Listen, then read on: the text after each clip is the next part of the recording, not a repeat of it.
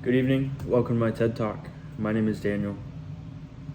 I'll be speaking with you tonight over the issue of human trafficking in the world today, how prevalent it is, how much money it makes, things of that nature, how aware we should be of it. Getting started, human trafficking is a global operation. There are few countries, if any, that are without human trafficking. The U.S. would be one of the biggest proprietors of it. Miami, Los Angeles, Dallas, New York, hotspot areas, people easily go missing in.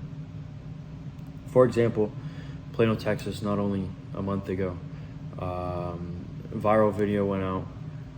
This girl getting pulled to her car by her hair was being trafficked for 2 years.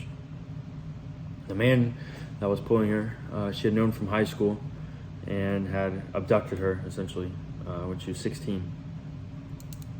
So these issues are very real. They are all around you. We just don't see them. They hide in plain sight.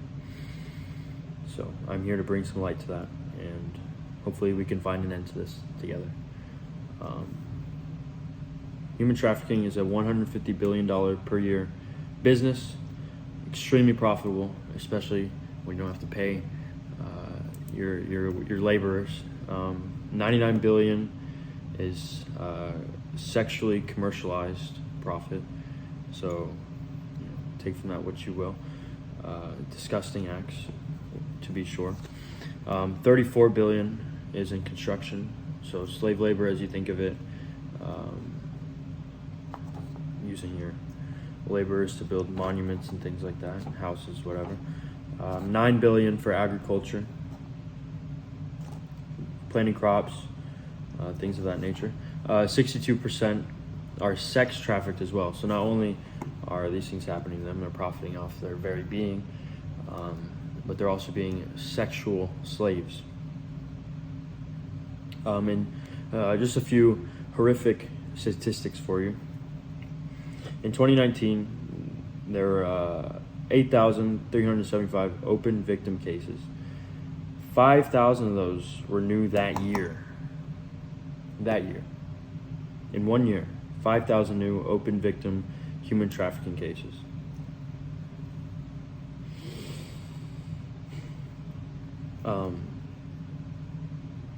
Like I said, this is a global operation. That is only in the U.S.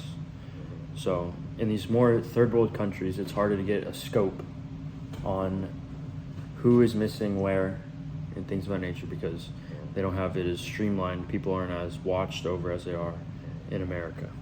Take, for example, there were 5 million Ethiopians transported to Saudi Arabia in 2019. 70% of those Ethiopians, out of the 5 million, were forced into labor and sex trafficking. These people do not have any agency. They do not have any family. They are there by themselves. They have no voice. They're silenced by an oppressive regime, by their buyers, essentially. There's no way for us to combat this without a global cooperation.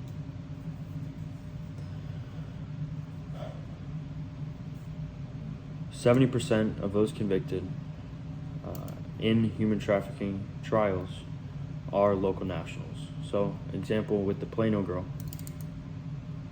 These are people you know.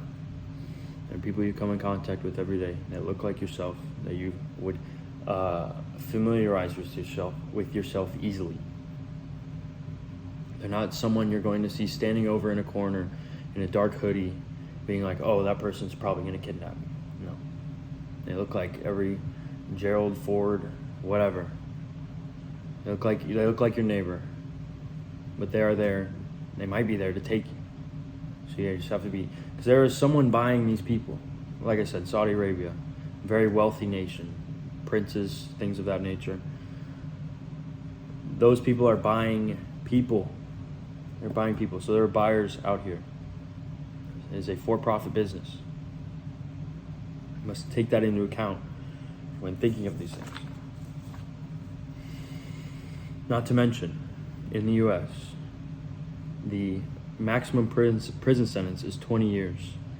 This is not near enough to teach someone the lesson of selling another person, whether it be for sex, for labor, for agriculture, whatever. I recommend, personally, I might be a little harsh, but life sentence minimum. If you are abducting someone and selling them to another person across the country, taking them away from their family, traumatizing them for the rest of their life, no matter how old they are, especially if they're a child, but no matter how old they are, you need to be in jail for the rest of your life. No questions asked. None. No trial. If there's evidence, fine. Present the evidence. If the evidence is well enough, this is him selling a person, convicted, no questions asked. No bail. Nothing. They can face fines up to $1.5 million. Again, not harsh enough, in my opinion.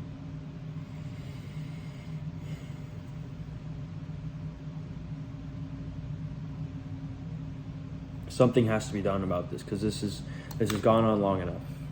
We've all known about trafficking and things of that nature.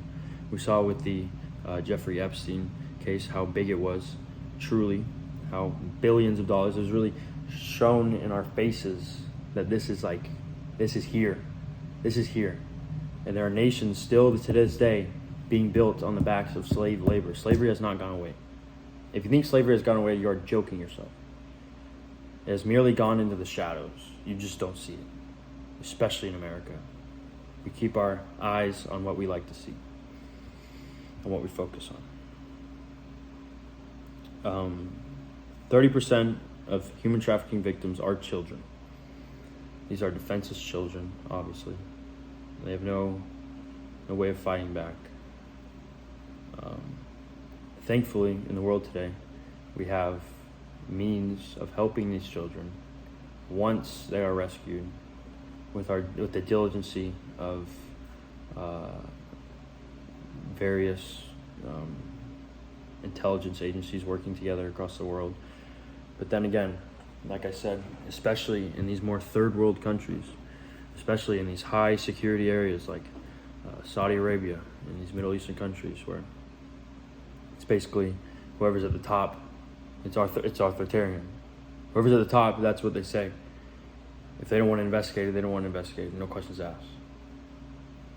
So whether we need to have a mole inside of those organizations to then bring out the truth and get these people brought to justice the way they should,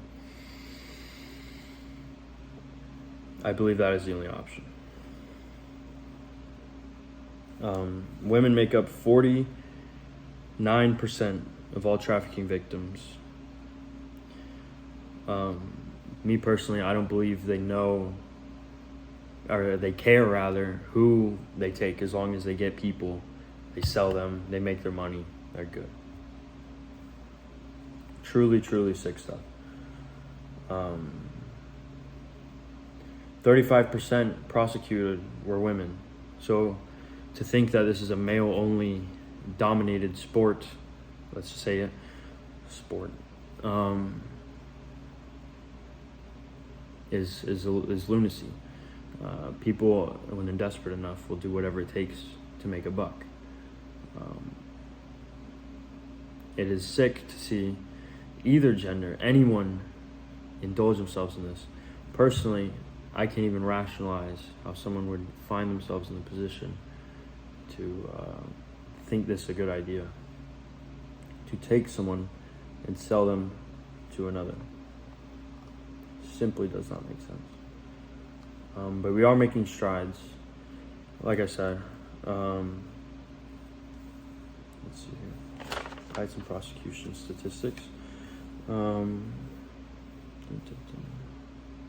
Okay, of 16 million estimated forced labor victims, only 1,038 cases of forced labor were prosecuted in 2019. In 2016, there were 439. In 2015, 297. And in 2014, 184 in America. This is. I'm unsure what needs to be done. I know there's a fine line between freedom and security. You can't really have both together at the same time, have true freedom and true security. But the depravity of these people selling another life for profit, something has to be done. Something has to be done. These rings need to be brought down because there are high-paying individuals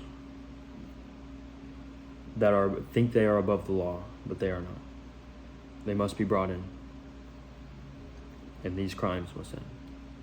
Thank you, and good night.